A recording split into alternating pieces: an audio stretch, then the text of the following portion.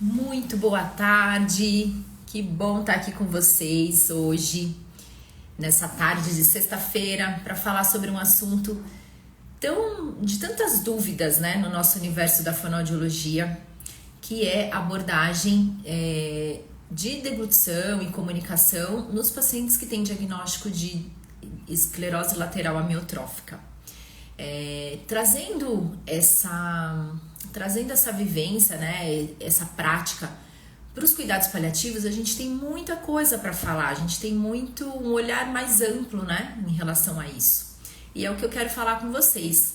Na verdade, agora todas as sextas-feiras nós faremos esse momento de lives, nós faremos discussões, eu vou trazer isso para vocês aqui, sempre um tema na semana, para a gente poder trazer as vivências, trazer as práticas mesmo do fonoaudiólogo e fazer essa associação aos cuidados paliativos. E assim vai ficando mais claro também esse assunto que eu venho trazendo aqui.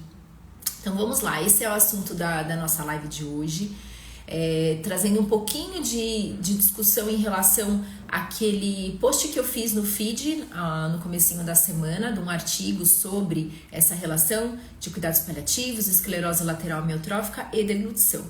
Então, antes da gente falar um pouco do artigo, dessa relação, vamos falar um pouco do que é essa doença, né? Ela é uma doença que afeta o sistema nervoso de forma degenerativa e acarreta em paralisia motora irreversível.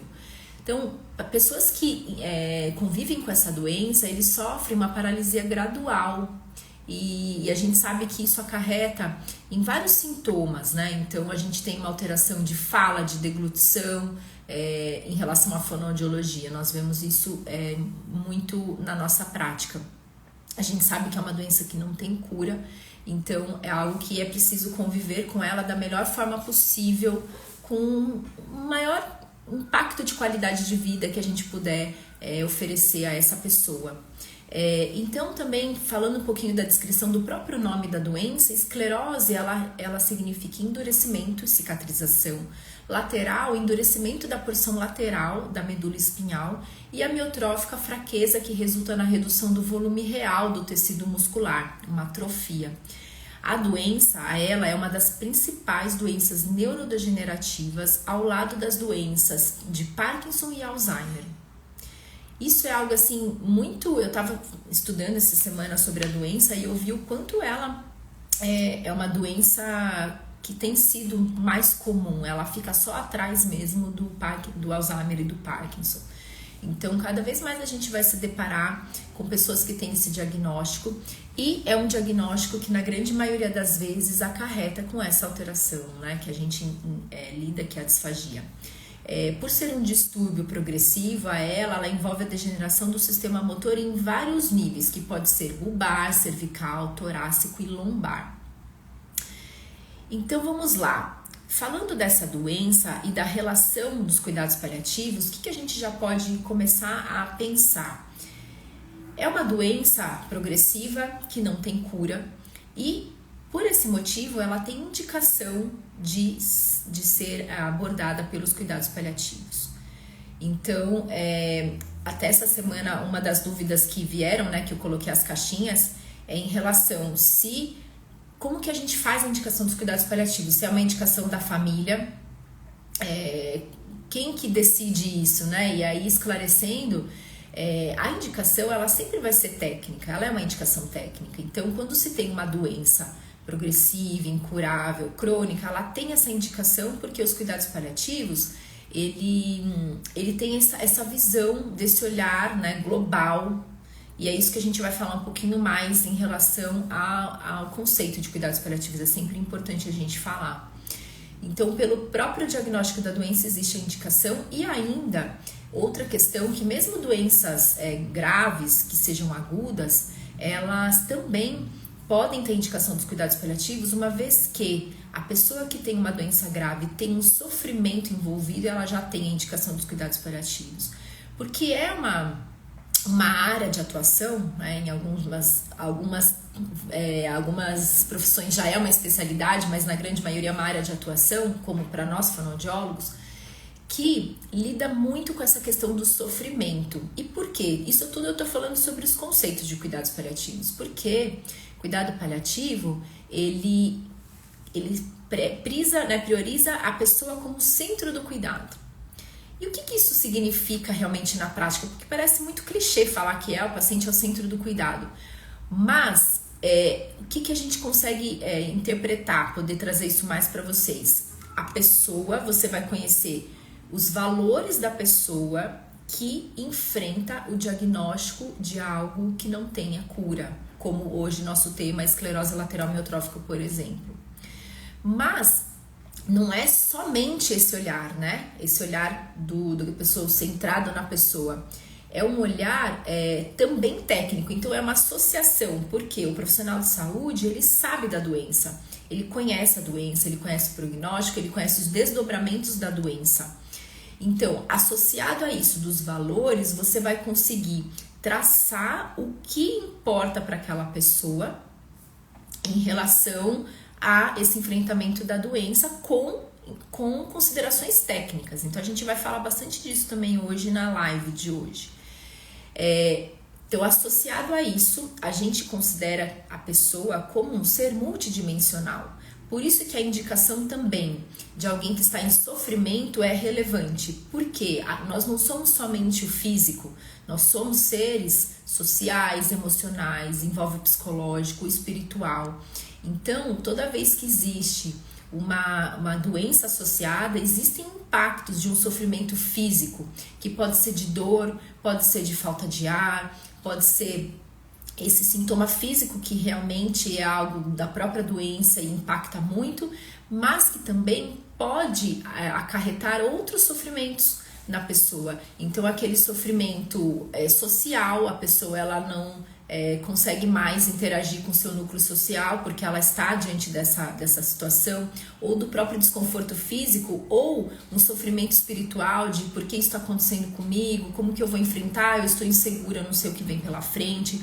A gente que convive muito nesse cenário, a gente percebe o quanto isso é cada vez mais comum e impacta em todas as outras coisas. Então a gente precisa olhar para essa pessoa nesse olhar multidimensional, e a abordagem dos cuidados paliativos é a abordagem que prioriza isso. Então existe uma formação técnica, existem estratégias para que a gente consiga fazer isso de uma forma mesmo profissional, que vai além do que a gente às vezes acha que é cuidado paliativo, como por exemplo a compaixão, o bom senso. Lógico que isso também, né, faz parte do que a gente está dizendo, mas é algo até de uma proporção maior, porque quando a gente tem um conhecimento técnico, você consegue ter estratégias para auxiliar aquela pessoa que está enfrentando esse cenário. Então, voltando, a indicação de cuidados paliativos, ela é para essas doenças que são nesse caráter, né, progressivas, incuráveis, crônicas, e também doenças, mesmo que doenças graves, agudas, que também acarretam sofrimento, porque o sofrimento, alguém precisa olhar para ele. Uma equipe precisa lidar com essa esfera, né, dessas dimensões que a gente estava dizendo, que vai além do físico, e é uma abordagem que tem esse preparo. Então, diante dessa doença, da esclerose lateral amiotrófica, fica muito claro que isso tudo que eu estou dizendo agora é algo que vai impactar a vida da pessoa. É um diagnóstico, quando a pessoa recebe, que assusta a pessoa e a família. E a gente sabe que a grande maioria das vezes existe uma manutenção do cognitivo, né? Então a pessoa, ela convive com aquilo, ela percebe o que vem acontecendo. Então essa insegurança fica até maior de se ver, né? De ver todas as alterações, a perda de força, de ver que as coisas estão mudando. Então, consequentemente, é uma doença que vai acarretar esses outros sofrimentos, essas outras esferas que a gente precisa olhar e acolher. E isso já é o bastante para ter indicação dessa abordagem de cuidados paliativos. E esse artigo que eu coloquei para vocês hoje não, né, no começo da semana, que fala, eu achei até interessante porque a gente sabe que ainda precisa ter mais estudos, né, e a gente incentivar mais pessoas a fazerem publicações para terem mais dados como esse. Mas é um artigo, é um relato de caso. Tô até pegando aqui o artigo, que o tema é Cuidados paliativos, esclerose lateral amiotrófica e deglutição em estudo de caso. Tem duas autoras, que é a Karen Lucchesi e Isabela Silveira. E a gente vê aqui no que elas trouxeram que elas fizeram um estudo de caso de 4 pessoas que têm esse diagnóstico, né, de esclerose lateral amiotrófica. E elas fizeram um olhar em relação ao impacto que a doença acarreta na deglutição, que a gente sabe que isso é muito comum, né, essa alteração de deglutição. E elas fizeram um olhar para entender o quanto que essa pessoa que já estava com uma disfagia já tinha um impacto em relação a essa dificuldade de deglutição. E o interessante é que elas perceberam que mesmo os pacientes que tinham ainda uma disfagia leve já tinham impacto. Aliás, um deles era o que tinha maior impacto pela avaliação que elas fizeram e ele tinha uma disfagia leve, a mais leve dos 4. E elas fizeram questionário, fizeram a avaliação tanto clínica quanto a partir de um videodeglutograma, fizeram esse olhar mesmo do impacto na qualidade de vida, entrevistas, foi bem completo, né, o que elas fizeram. Elas conseguiram constatar o quanto que para cada pessoa o alimento ele tem um significado diferente. E aí isso tem muito a ver com o que a gente está falando, né? Que a gente precisa mesmo perguntar para a pessoa que convive com o diagnóstico em relação a isso, o quanto que isso traz de impacto e como que nós, que temos a formação técnica, podemos ser útil, como que nós podemos ajudar. Eu acho que esse é o grande aprendizado que eu tive na minha formação nesses anos de prática, de entender que o meu conhecimento técnico, a formação que eu tenho, ela não era suficiente porque, tecnicamente dizendo, porque se eu aplicasse a técnica, propriamente técnica, né, a todos os pacientes da mesma forma, como eu fiz em algumas vezes, eu percebia que isso não era o bastante. Algumas vezes dava certo, outras vezes não era o bastante. Ficava uma lacuna de uma experiência mais completa, de um acolhimento mesmo. E aí, um pouco da minha história falando nisso, né? Eu comecei a perceber isso e começou a me incomodar isso. Até por conta do que eu tô dizendo para vocês, porque para cada pessoa é um universo diferente e a relação com a comida ela vai se tornando diferente. E então, quando eu comecei a perceber isso e ter esse olhar de entender o que era para cada pessoa a relação da comida, já começou um movimento em mim. E quando aquilo era muito importante para a pessoa e eu lidava com uma disfagia importante, né, aquele medo da broncoaspiração, aquela até a obstinação que a gente tem por ser formados, né, para reabilitar, de que não pode de jeito nenhum uma broncoaspiração, via oral segura, e a gente sabe que num contexto assim nem sempre é o que nós vamos conseguir. E isso me frustrava. Não porque eu queria, não era pensando em mim, mas era porque eu não conseguia oferecer para o outro o que era importante. E aí eu fui buscar, né? Eu fui, na verdade, acolhida por uma equipe de paliativistas, uma colega muito querida que me ensinou o cuidado paliativo a partir de um caso que nós atendemos juntas. Então eu consegui já ter um respaldo para começar uma atuação e eu fui buscar esse conhecimento de fato, a formação técnica.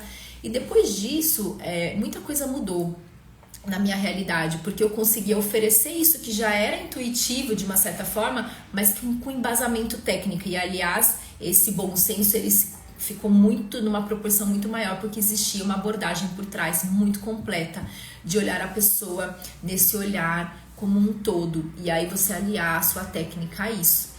Então, essa pergunta do que a comida importa para a pessoa, ela é extremamente relevante. Só que, dependendo da resposta, a gente também tem que saber o que fazer em relação a isso, não é? Porque se importa muito para ele e ele tem a disfagia, como que a gente lida? Ou, se para ele a comida é algo que está sendo bem desafiador e até desprazerosa, também como que a gente lida?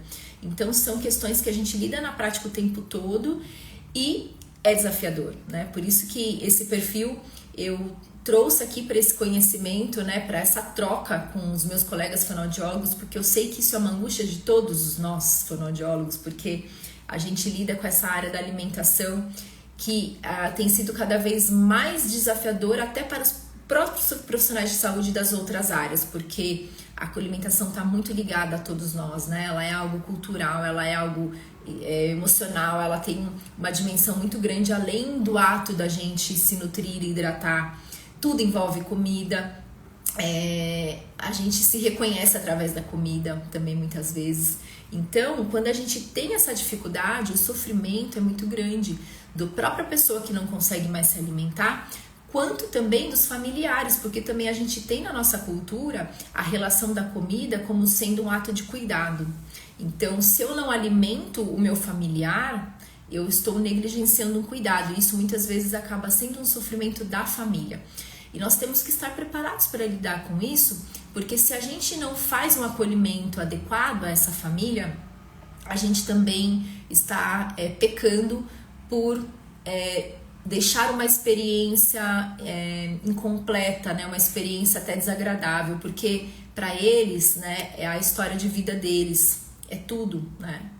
E por mais que a gente tenha pessoas que a gente atende que têm os mesmos diagnósticos, para cada um deles é uma proporção diferente, que para eles aquela vivência é única, é a vida deles. Então, a gente precisa ter uma entrega mesmo desse olhar para oferecer a melhor experiência ao paciente e família, e sempre pensando que família e paciente é uma unidade de cuidado. Não adianta a gente oferecer a melhor técnica para o nosso paciente. Se a gente não olhar para a família, a gente não vai estar oferecendo esse atendimento de excelência e completo, porque eles são uma unidade de cuidado.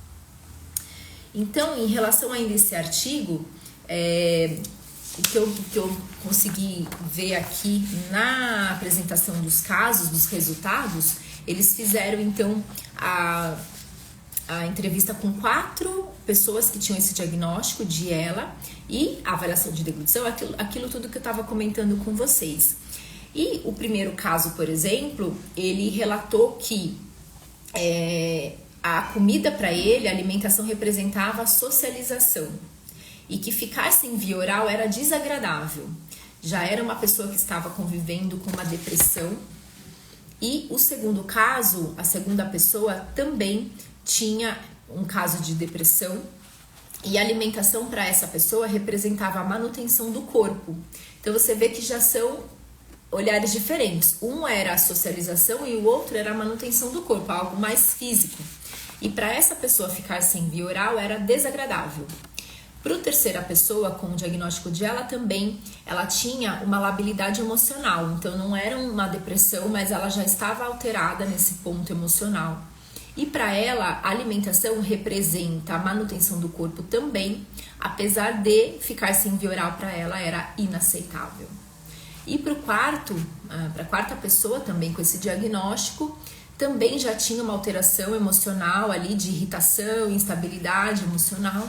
E para ela a alimentação representava socialização e ficar sem via oral era desagradável. Então, por que eu estou dizendo isso? Primeiro, você já nota aqui nesse estudo que traz um importante dado. Todos eles já tinham uma alteração emocional. Então a gente precisa olhar para o nosso paciente como esse ser multidimensional que vai além do físico. Ele não tem só uma disfagia.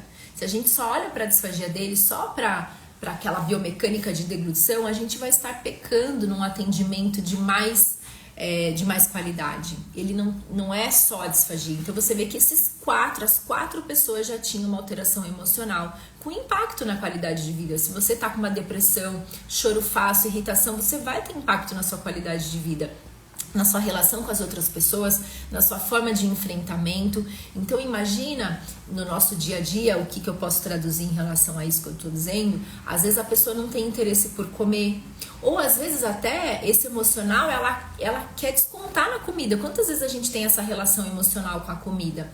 De que eu estou ansioso, eu quero comer. Então é um olhar que a gente precisa enxergar o todo, porque às vezes você vê seu paciente inapetente e a causa pode ser uma questão emocional. Então, olhar para essas dores, ela é fundamental para você olhar o seu paciente como um ser completo, como um todo. E para cada caso deles, também esse dado também eu acho bem relevante, todos eles ainda tinham um comprometimento leve. Era, no máximo, um caso leve a moderado.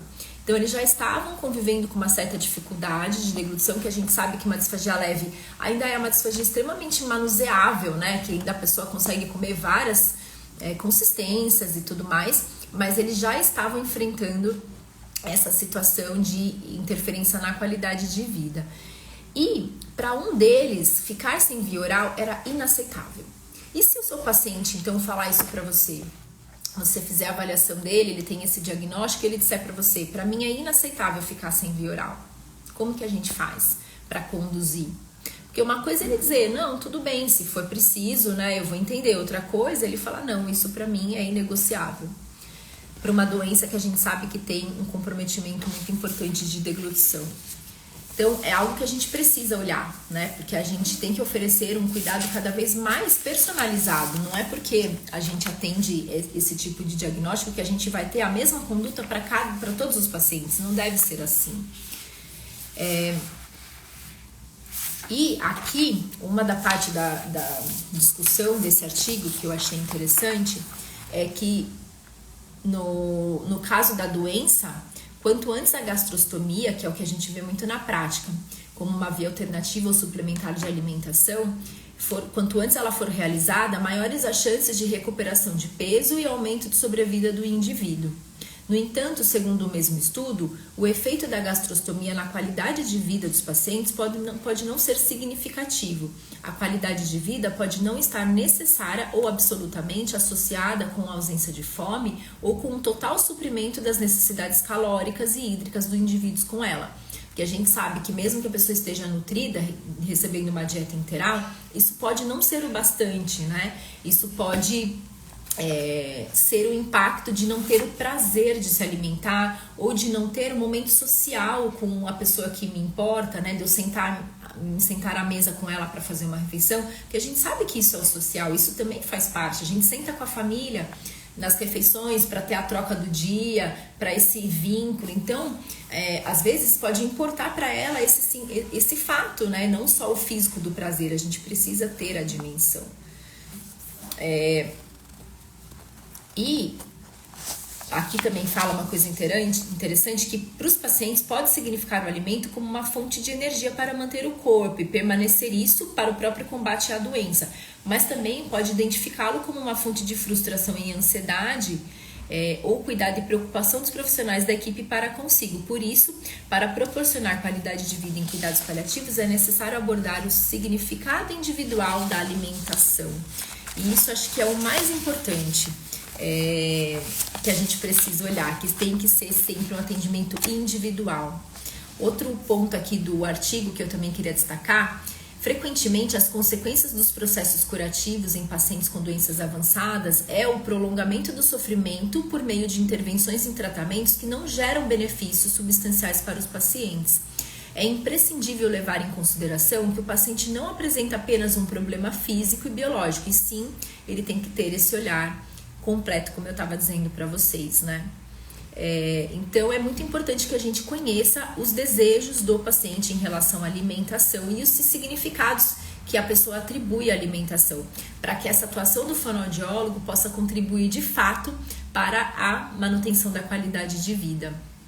Então, a partir até ele conclui, né, que é possível oferecer isso, a busca pela qualidade da vida, a partir dos princípios dos cuidados paliativos e da alimentação prazerosa, podendo refletir positivamente ao longo do progresso da doença. Então, com esse conhecimento técnico que eu estou trazendo para vocês, com esse embasamento até de um artigo, eu também tenho 2 casos para contar para vocês em relação a essas duas. Na verdade, são 2 casos opostos, né, em relação à conduta. Os 2 com o mesmo diagnóstico de esclerose lateral amiotrófica, 2 homens, os 2 conscientes, orientados, numa idade até não avançada, né, não era mais ou menos na faixa entre os 70 anos, os 2. E o primeiro caso é de uma pessoa que ele estava tendo muita dificuldade em relação à alimentação e, na verdade, não era só pelo fato da deglutição, porque a disfagia dele ainda também estava numa leve a moderada, ainda o diagnóstico. Mas o impacto da doença para ele está, né? Porque eu ainda atendo ele num sofrimento tão grande. Então a fala dele, ele diz assim para mim: eu me sinto insegura, eu não sei como que vai ser como que eu vou conviver com isso, eu não sei se eu vou melhorar, porque muitas vezes não tem também uma comunicação honesta do que é a doença, né, do que vem pela frente. Então, existe essas expectativas em relação se eu vou me curar disso, se eu vou melhorar. E aí ele me dizendo isso, de que essa insegurança estava deixando ele muito entristecido, e realmente ele está nessa fase bem entristecida. E, consequentemente, isso alterou muito o apetite dele. Então, ele começou a comer cada vez menos.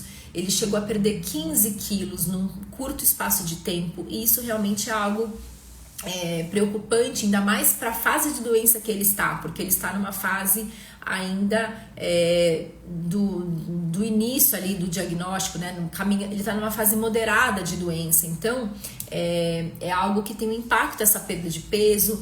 E ele teve a conduta de fazer uma gastrostomia para ele, e que de fato ajudou, porque agora essa reabilitação é manter função ativa, é usar o máximo de estratégias que ajude também para que ele consiga ter o mínimo de prazer, né? Então a gente coloca até, ele tem uma alteração de olfato e paladar, então a gente usa laser para tentar maximizar isso, para ver se ele consegue recuperar isso, também trazer um bem-estar para ele, porque ele não tem mais o mesmo interesse em se alimentar, e isso deixa ele triste, mas ele perdeu o interesse.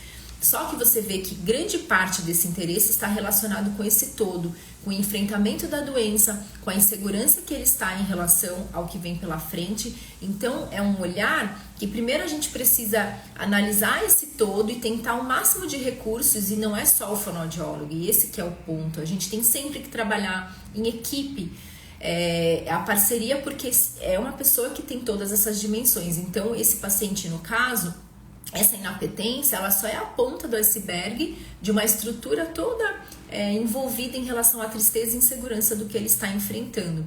Mas nesse caso, a gastrostomia, ela foi completamente ali benéfica a ele, no sentido porque a alimentação tem sido desprazerosa e tem sido um ato mesmo de obrigação, e isso não fazia sentido no quadro dele, até para ele ter condições nutricionais para enfrentamento da doença. E ele vem fazendo uma oferta via oral para treino, para manter função ativa, e com tudo isso que eu trouxe para vocês, que tem que ser um olhar ainda mais amplo para que ele consiga estabilizar essa situação, né, essa dor emocional. E quando a gente conseguir controlar isso, no sentido da equipe olhando para isso, quem sabe essa parte da alimentação ela tenha uma progressão ainda melhor. E o segundo caso que eu também quero trazer para vocês é diferente, né, nessa condução. Um senhor, também, como eu disse para vocês, com esse diagnóstico, consciente orientado, na casa dos 70 anos. E quando ele recebeu o diagnóstico, logo que ele descobriu, né, a doença dele, ele deixou muito claro que ele não gostaria de nenhuma medida invasiva, mas assim, ele não queria a via alternativa, ele não queria a sonda. Ele deixou, assim, foi a primeira verbalização dele. E isso porque, recentemente, perto do diagnóstico dele, ele estava lidando com o adoecimento da esposa, que tinha uma doença oncológica já em progressão, metástase, e ela fez o uso da sonda nasointeral, o que abalou muito a família. Isso para a experiência deles foi algo de sofrimento, insegurança, uma impressão que eles tiveram dessa via alternativa, que para eles não foi uma experiência agradável em relação ao adoecimento da esposa. Então, por ele ter tido isso tão de perto na casa dele, a primeira coisa que ele disse que ele não queria isso para ele. Então, vamos pensar, né? A gente lidar com uma doença nessa proporção de alguém que já te fala que não quer uma dieta integral. E ele foi seguindo com a fonoterapia, com a fisioterapia, com o psicólogo, a equipe toda integrada, né? A equipe médica fazendo também essa abordagem modificadora da doença até um certo ponto. Isso, claro, que é feito, né? Então, o cuidado paliativo tem que sempre estar ligado à equipe mesmo que segue com o tratamento modificador da doença. Por isso que ele tem que ser desde o início do diagnóstico, porque a gente consegue olhar esse ser multidimensional, olhar para esse sofrimento e oferecer as melhores estratégias para que a pessoa enfrente essa doença com o menor impacto possível. E nesse caso, uma estratégia que beneficiou muito esse paciente foi o uso do Ambu, com a válvula VUP, com a técnica do TR3, que eu tenho a formação, e a gente sabe que ela realmente traz benefício para pessoas que têm esse diagnóstico e outras doenças também, não só a ela. Mas no caso dele, a gente entrou precocemente com essa técnica e algo que ajudou muito, ele conseguiu manter essa via oral. Lógico que ao longo da progressão da própria doença, isso foi ficando mais impactante. A gente sabe que a disfagia ela também progride por conta da progressão da doença. Então é muito importante a gente ter esse olhar para a disfagia, porque ela está sempre ligada a uma doença, né? A disfagia é o sintoma de uma doença de base. Então, quando a gente tem doenças que são progressivas e incuráveis, nós também vamos lidar com o mesmo cenário em relação à disfagia. Por isso que aqui no meu perfil eu trago esse termo para vocês, porque ele difere do que a gente foi formado, né? Para reabilitar, para recuperar essa deglutição. Muitas vezes a gente não vai conseguir atingir isso e a gente tem que olhar para esse contexto da disfagia com esse olhar de não lutar contra. O que eu quero dizer? Então, às vezes a gente quer a todo custo ir contra a broncoaspiração e essa deglutição segura, só que a gente acaba pecando ou por, deixa o paciente comer porque ele está em cuidado paliativo, ele come o que ele quiser, ou até sendo o contrário, não, ele vai broncoaspirar VO0, e a gente tem que ter o olhar de que é possível um caminho do meio com estratégias fonoaudiológicas, que a gente tem muita formação para isso, estratégias de peso mesmo, né? Temos um arsenal de técnicas terapêuticas, e olhar para essa disfagia como sendo um marcador da própria progressão da doença. Então, quando a gente tem isso, claro, de que a disfagia ela vai se intensificando, porque ela simboliza o avanço da própria doença, a gente também acalma um pouco essa expectativa de querer lutar contra isso, como sempre a broncoaspiração ela é a vilã. Não estou dizendo que a gente não tem que olhar para isso, a gente tem que proteger o paciente, mas a gente tem que olhar o todo de que ela é um marcador da progressão da própria doença. Então, a pessoa, ela vai a óbito, né, quando ela tem uma doença nessa proporção, pelos desdobramentos que a doença traz, né, as infecções, as incontinências, e a gente sabe que a disfagia ela entra nesse contexto. Então é um olhar muito mais amplo do que a gente simplesmente só olhar para a broncoaspiração. Acho que ficou claro isso? E nesse paciente ele começou a progredir, né, a própria doença, e foi ficando cada vez mais difícil de se alimentar.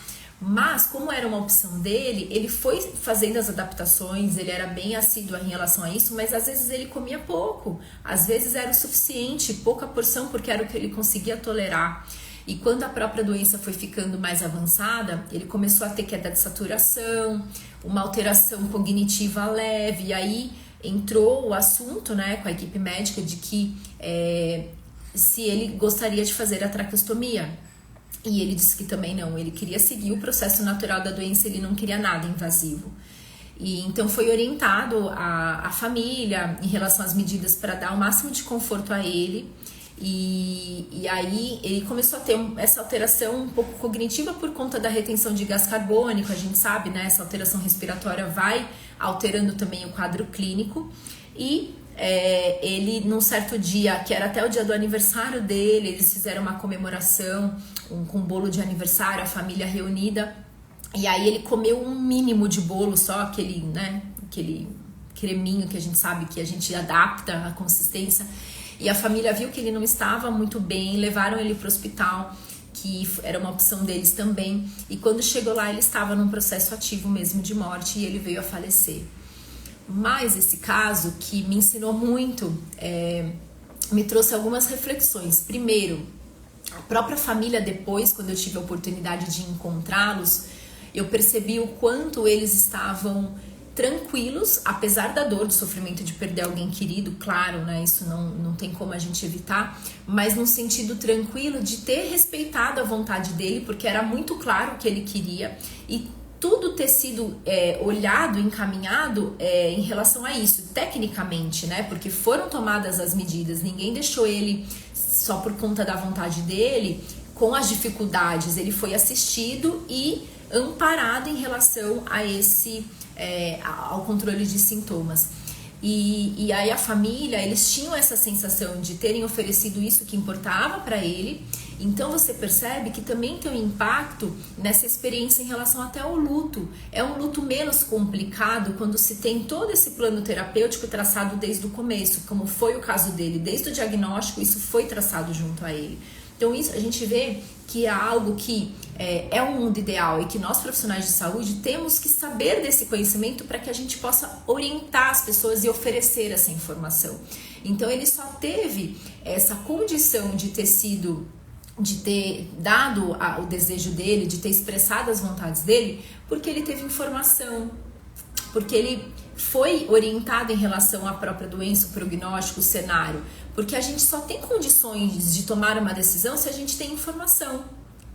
E a gente, às vezes, não oferece essa informação para o paciente. Às vezes, a gente não é honesto em relação ao que vem pela frente, porque a gente sabe muito bem qual é o cenário. Lógico que a gente não vai... Não estou dizendo que é assim, igual para todo mundo, mas a gente, como somos profissionais de saúde, nós conhecemos da doença, a gente sabe o melhor e o pior cenário, por isso que nós somos as margens do rio, nós não temos que tomar as decisões por eles, nós precisamos dessa parceria. E é interessante a gente falar sobre isso, porque, só para fechar aqui a live, né, em relação a esse conceito, porque é bem desafiador mesmo quando a gente olha para isso, é muito mais trabalhoso também, né, e a gente tem que ter uma linha assim, tênue ali, que é uma diferença, porque assim, a gente tem o valor do paciente, que a gente tem que deixá-lo como centro do cuidado, e a gente tem também o nosso conhecimento técnico do que a gente sabe pela frente, do que a gente sabe do que vem pela frente. E a gente precisa se basear para as tomadas de decisões em princípios bioéticos o tempo todo. Sempre é isso que vai ser o equilíbrio entre a vontade do paciente e o que é técnico. Porque, às vezes, a gente vê, por exemplo, que a família, por não conhecer do que vem pela frente, às vezes eles têm desejos e expectativas que também não são tão apropriadas ao bem-estar do paciente. E a gente tem que alinhar essas expectativas. E a gente consegue alinhar quando a gente tem esses princípios bioéticos muito bem também conduzidos. Então, para todas as tomadas de decisões em relação a essas dificuldades que a gente enfrenta, a gente precisa sempre considerar: isso é benéfico? O benefício supera o risco? Eu não estou fazendo mal ao paciente se eu indicar isso? E sempre com também o olhar do princípio da autonomia. Isso faz parte do valor dele ou absolutamente não, né? Então, quando a gente tem isso, a gente também consegue acolher a família. Então, às vezes eles vão querer alguma situação que você está vendo que também o benefício, né, para o paciente, que o risco está sendo maior do que o benefício, e é o nosso papel orientar. Então, eu sei que isso importa para você, que isso foi traçado, mas nesse momento você está vendo, né, falar para o familiar que não está sendo benéfico. Quando a gente vê, por exemplo, um paciente broncoaspirando maciçamente, a gente sabe que isso não é conforto. Então, se esse risco está superando o benefício, que é a manutenção da via oral, a gente também tem que orientar, porque isso faz parte do nosso papel, né? A beneficência. Então você consegue alinhar tudo isso e ele é um plano muito individualizado. E para isso precisa de conhecimento técnico. Por isso que cuidado paliativo não é só a compaixão, não é só o bom senso, é muito conhecimento técnico, é muita prática. E para cada paciente é um mundo diferente, porque para cada um deles é um universo em relação ao enfrentamento da própria doença. E a gente tem que se capacitar para isso, para que a gente consiga respeitar os valores dele, conhecer a história e oferecer o nosso saber em relação a isso, ao que é importante para o paciente. Então a gente tem que se colocar útil a partir do nosso conhecimento técnico e temos que estar respaldados em relação aos princípios bioéticos. Então isso sempre vai ser o nosso norte, que é a autonomia, a beneficência, a não maleficência e a justiça. Então isso sempre vão ser os divisores de água na hora das tomadas de decisões difíceis. Então, em relação a esse assunto, ele é bem complexo, né? Mas existem caminhos do meio que a gente consegue oferecer um atendimento centrado no paciente a partir de um conhecimento técnico, e era o que eu queria trazer para vocês. Então, mesmo diante de uma doença como essa, nem sempre a conduta vai ser igual para todo mundo. E a gente tem que pensar, né, concluindo, que a disfagia sempre vai ser o marcador da progressão da própria doença e o nosso olhar vai ser minimizar esse impacto, oferecer o menor dano possível ao paciente, respeitando que o benefício sempre supere o risco. Então não é uma conduta igual para todos os pacientes, mesmo tendo o mesmo diagnóstico. A gente tem que ter um olhar de sensibilidade, um olhar amplo e por isso a gente tem que ter um acolhimento cada vez mais personalizado. E para a gente ainda conseguir traçar tudo isso com a família e com o paciente, a gente tem que fazer uma construção gradativa, não é num primeiro momento, é vínculo, é escutativa, é algo que se constrói para quando chegar esses momentos mais desafiadores, já existir uma base de confiança, porque quando existe essa confiança, esses embates eles ficam cada vez menores e isso que eu tô dizendo para vocês é mais uma justificativa do porquê o cuidado paliativo tem que ser oferecido o mais precoce possível, para que eles tenham a oportunidade de serem informados, de serem conduzidos em relação ao prognóstico, ao cenário da própria doença e para que a gente também tenha essa oportunidade de oferecer esse cuidado humanizado desde o início e focando em qualidade de vida. Então é isso. Para quem ficou aqui, se alguém quiser tirar alguma dúvida, eu fico à disposição. Se alguém quiser me perguntar alguma coisa. Mas eu agradeço muito pela atenção de vocês e vai ficar gravado para quem não conseguiu assistir. E eu continuo à disposição para quem quiser me mandar mensagem no direct ou lá nos comentários mesmo. E a gente vai trocando, porque isso é algo muito positivo, né? Da gente ter esse elo em comum aí. Muito obrigada. Boa sexta-feira para todos, boa tarde aí de sexta-feira para todos.